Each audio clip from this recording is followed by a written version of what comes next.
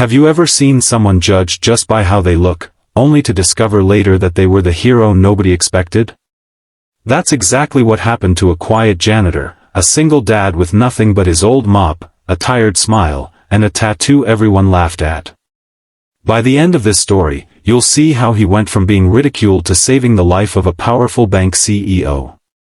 Stick with me till the end, because this story will move you, and if it does, don't forget to hit that like button and subscribe for more inspiring stories like this one. The story begins with Michael, a single father who worked nights cleaning floors at one of the biggest banks in the city. Life hadn't been kind to him. His wife had passed away 3 years earlier, leaving him to raise his little daughter Lily alone. Every morning before school, Lily would hug him tightly and whisper, "Daddy, you're my hero." But Michael never felt like one. To most people, he was just the janitor. His uniform smelled faintly of disinfectant, his shoes squeaked on the tiles, and his arms carried a fading tattoo, an eagle clutching a sword. To him, it was just a reminder of his past in the military, but to others, it was a joke. Bank employees often snickered, whispering, "What kind of janitor needs a warrior tattoo? Trying to look tough?" Michael ignored it, choosing to focus on his daughter and the paycheck that kept food on their small table. But one Friday evening, everything changed. The CEO of the bank, Mr. Harrison, a sharp, intimidating man, was hosting a late meeting with his top staff.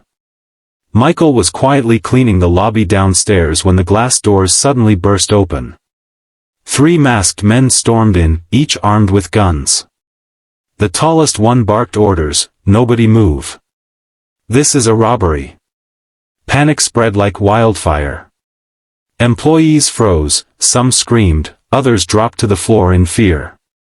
Michael's heart pounded, but his first thought wasn't of himself. It was of Lily, waiting at home, and of the innocent lives around him. The robbers forced the security guards to the ground and demanded the vault keys. The CEO was dragged down the stairs by his collar, trembling. One of the robbers pointed a gun at Mr. Harrison's head and growled, "Open the vault, or you're dead." For the first time, the powerful CEO looked helpless. Everyone's eyes darted around for a savior, but none dared move.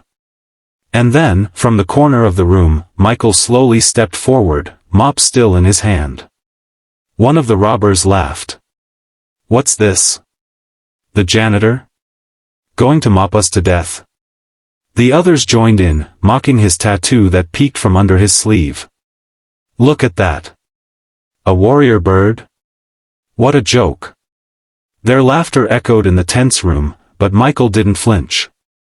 His voice was steady as he said, "You don't want to do this. Walk away before it's too late." They ignored him, shoving the CEO harder.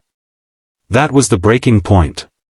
In a flash, Michael dropped his mop, and with movements no one expected, he lunged at the nearest robber. His years of military training, the life he had tried to bury beneath janitor's work, came rushing back. He twisted the man's wrist, knocking the gun away, then spun low to the ground, sweeping another robber off his feet. Gasps filled the lobby. It was like watching a soldier, not a janitor. The fight was brutal but fast. Michael took a blow to the ribs, his knuckles split, but his determination burned brighter. Every strike he threw, every block he made wasn't just for survival, it was for Lily, for the future she deserved. Within minutes, the robbers were disarmed, lying groaning on the polished marble floor. Security scrambled back to their feet, locking the men in handcuffs until the police arrived. Silence fell. All eyes were on Michael, the man they had laughed at, dismissed, and ridiculed. Mr. Harrison, still shaken, looked at him with something entirely new, respect. You saved my life," the CEO whispered. For once, the man who commanded hundreds of employees was speechless before a janitor. Later, when the police hauled the criminals away, some employees approached Michael, their faces red with guilt. "We're sorry," one admitted. "We never knew," Michael just nodded. He didn't want thanks or apologies. He only wanted to go home to Lily, hold her tight, and tell her that her dad had kept his promise of being her hero. That night, as Michael tucked Lily into bed, she noticed the bruises on his arms. "Daddy, what happened?" she asked. "Why died?" Michael kissed her forehead and smiled softly. "Just did what I had to do. Remember, being strong isn't about muscles or tattoos. It's about protecting the people you love." Lily hugged him fiercely, whispering again, "You're my hero." The next morning, the story was everywhere: single dad janitor saves bank CEO. Reporters called him a hero, employees who once laughed at him now looked at him with admiration, and even the CEO offered him a better job. But Michael remained humble. He knew true strength wasn't in titles or paychecks, but in love, sacrifice, and the courage to do what's right even when no one believes in you.